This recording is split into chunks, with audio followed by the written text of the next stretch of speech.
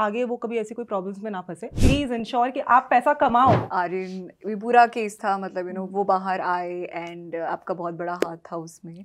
So now Aryan is making his directorial debut, so what do you have to say about that? मतलब he's carving out his own path, which is a good thing, commendable thing. And now he's anyway got clean chit. In fact, even my client also got clean chit. I think these two are the only people, I'm not so sure, who got clean chit in this case. So now it's like a clean slate for him. He can start afresh. He can do whatever he wants in life, except of course whatever the bands whatever band, except the band I mean, like what the allegations were made, हाँ. So after the case, clean chit के बाद कोई restrictions नहीं होती ना? Clean chit नहीं, restrictions की बात नहीं, but of course a person will be more vigilant. वो more vigilance will be exercised by that person, considering his own negative experience also in the past. So he will also restrain himself again, because अभी on the basis of that case तो यही prove हुआ है कि उन्होंने कभी कुछ किया ही नहीं. But now इससे vigilance exercise करेंगे वो कि आगे वो कभी ऐसी कोई problems में ना फंसे. So I wish him luck. I wish him good luck. So Sana, any message for your fans, for our viewers, जो अभी social platforms का maximum consumption कर रहे हैं, law and order के मद्देनजर anything you want to convey कि क्या क्या चीज़ें they have to be cautious, and ऐसा content आप consume कर रहे हो तब भी आप पे कोई खतरा हो सकता है like that? नहीं, वो तो नहीं, मगर अल्टीमेटली आपकी लाइफ को खतरा हो सकता है. ये है कि आपकी से अल्टीमेटली आप क्या कंज्यूम कर रहे हो, आप क्या देख रहे हो, उसी से ही आपकी परसेप्शन बिल्ड होगा, उसी से आपका लाइफ और माइंडसेट ये सब चीज़ बनेगा. अगर आप गंद देखोगे तो कहीं ना कहीं माइंडसेट और मेंटालिटी भी गंद जैसा निकलेगा. फिर आप लाइफ में कुछ कंस्ट्रक्टिव कैसे कर पाओगे?